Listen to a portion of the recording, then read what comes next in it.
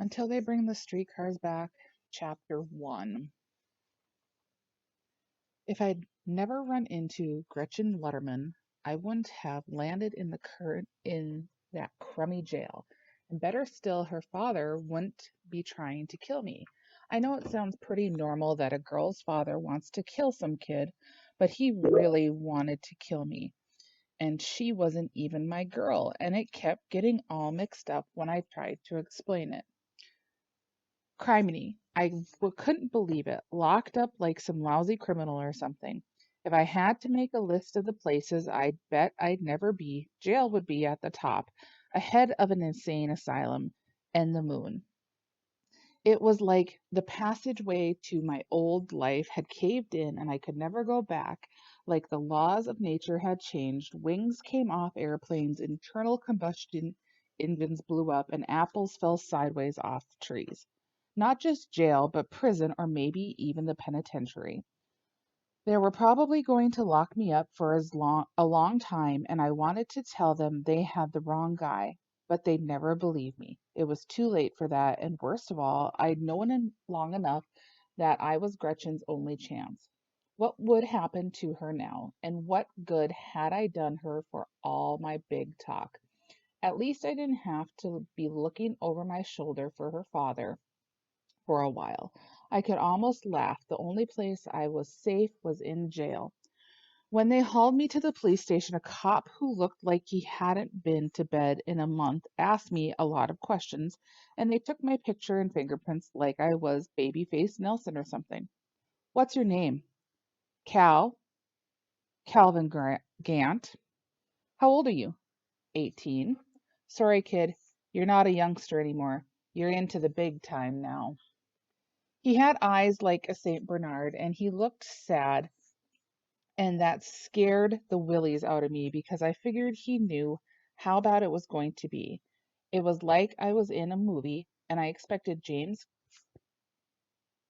Cangy to come creaming down the hall with a Thomas submachine gun making a break for it.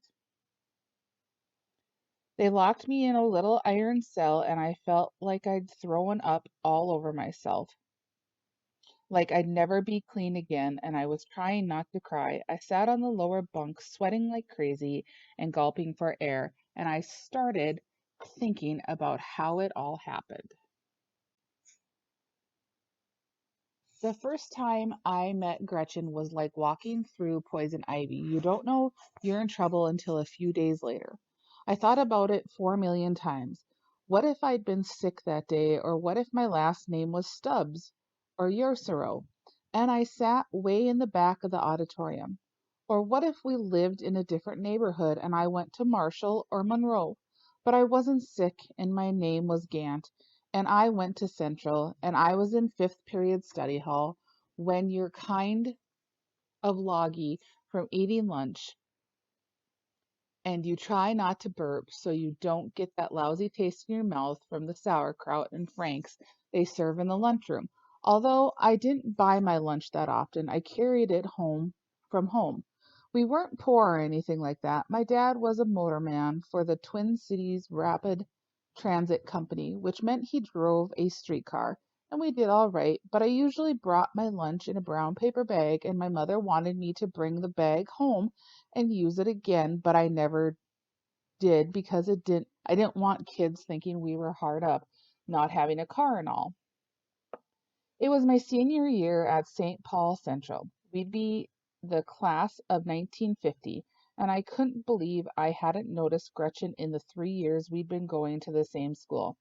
Geez, I knew it was a big school, over 1,500 kids and all, but it was like I'd never laid eyes on her. I guess that I wasn't hard. I guess that wasn't hard to figure with the plain long dress she wore, no lips and no lipstick or anything like that, and her stringy hair just hung there. And worst of all, black socks with those huge brown Oxfords that looked like gunboats on her skinny legs. She was skinny all over and she never smiled, so I can see why I never noticed her, like she was a zombie or something. We had a football game that night, a Friday, the first week of school, and Jerry Douglas, one of my best friends, passed out marbles in front hall just before the bell rang. Geez, I was sitting there with a marble in my sweaty hand like a hand grenade with its pin pulled, wondering if I'd be able to do it. The auditorium was used for study hall, and we were assigned seats in a checkerboard pattern so nobody had a kid sitting next to him. It was quiet in there, like in church, and the only sound was the squeak from one of the folding wooden seats or the click of the clock high on the wall beside the stage. I eyed the clock and my heart started pounding. This was crazier than most of the things Jerry pulled, almost like fooling around with the cops or the FBI. You didn't breathe loudly in Mrs. Wellman's study hall. Geez, she could flatten you just a look. And her nickname, the Prussian General, warned kids for years not to screw around with her. She wore these black silky dresses, and whenever you got near her, you'd catch a whiff of musty clothes that had been sprinkled with perfume like someone was embalmed or something. The hands on the clock moved to 1:18, and you could feel the pressure mounting like you were sitting in an electric chair. In front hall, a ton of kids had pushed and shoved to get one of the marbles when Jerry started passing them out, boys and girls, and they went marching into the auditorium to take part in that gang suicide just to be in on anything with Jerry Douglas because he was a popular senior and jock. The clock clicked to 1:19 and I crunched down behind my trig book and looked across the auditorium at Jerry. He had this big sappy grin on his face and I could see he was watching the clock. When the hands hit 1:20, I laid my marble on the floor for a hair-raising second. It was the only one I could hear. But then they came rumbling from all corners of the auditorium, down the slanting floor right for old Wellman, where she can behind a little table in front of the stage. Geez, it sounded like a herd of elephants on her roller skates or something, and there were marbles flying all over the place, hitting the metal legs of the seats, popping up in the air, kids lifting their feet to let them roll by. With marbles coming at her shins like hockey pucks, Miss Whaleman leapt out of her seat and hopscotched across the floor like Roy Rogers was making her dance with his 6-shooters. God, I never saw anyone move so fast. Then she stopped on a dime and just stood there with her hands on her hips, and I stuck my face in my trig book. When the last marble settled at the floor of the stage, probably let loose by some uncoordinated freshman, she looked at all of us like nothing happened, like marbles come rolling at her in all the time. Everybody ducked behind their books, and her face never changed expression. It would it would appear that some of you have lost your marbles. Without trying to be funny, she cracked everybody up. A roar like you opened the door on a big cheering crowd for a second and then shut it. And it was deadly silent.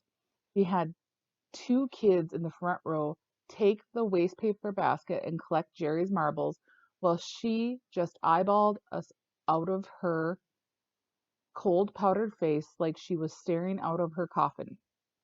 I felt her eyes sweep over me like a searchlight in a concentration camp, and no one dared look at her. No one dared breathe, and the hands on the clock didn't dare move. That's when she finally said what changed my life forever. The entire study hall will spend 7th period here today. No excuses.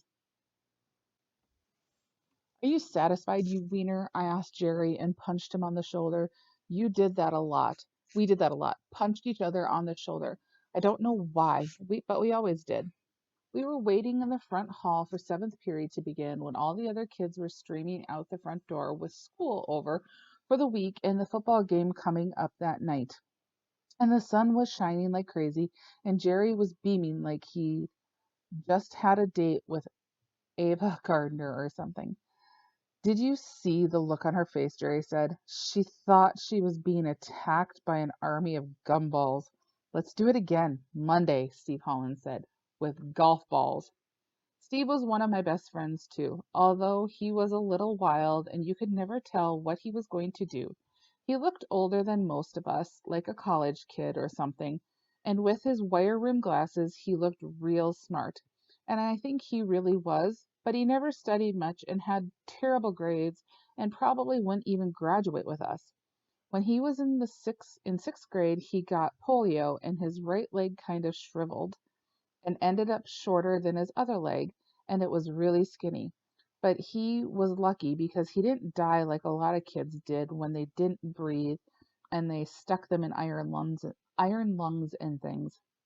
My parents sent me up north to live with my uncle Em- Emil the summers when polio was running wild in St. Paul, and I never got it.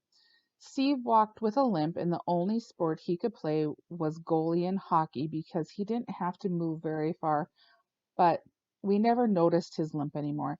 Like it was just part of him, and it wouldn't seem like Steve if he didn't walk that way. You're as crazy as Jerry, I told Steve. You probably never dropped your marbles, Steve said. I did too, I said, but I don't know why I keep letting you guys get me in trouble. It was worth it, Jerry said. We couldn't go 4 years without getting Whaleman at least once. We all started dragging through the swinging doors into the auditorium in the boring hour of pretending we were studying when we could have been outside, and Steve called out, "Everybody bring golf balls on Monday, bowling balls." When I slid into my seat, I saw this tall, skinny girl standing beside Whaleman's table, and she was staring at the floor in those black socks and big ugly shoes. I could barely hear her saying anything. "I didn't drop a marble. My father is waiting for me." Whaleman didn't even look at her, and she talked loud enough for so everyone in the auditorium could hear her. "You should address your fellow students. Their childish behavior keeps you here, not I. Take your seat." The girl I never noticed before slunk to the row behind me and slid a few kids until past a few kids until she sat in the seat off my left shoulder, and I could hear her muttering like she was all by herself and didn't know anyone could hear her. "My father will whip me. He'll hurt me real bad." I turned halfway around and looked at her up close for the first time, and I thought she was kidding, like when I say my dad will kill me. But when I looked in her face, she wasn't smiling or anything, like she hadn't smiled in about 11 years. And she was the kind of spooky with her stringy hair and sad hollow face and that terrible dress like that they were wearing in a nut house.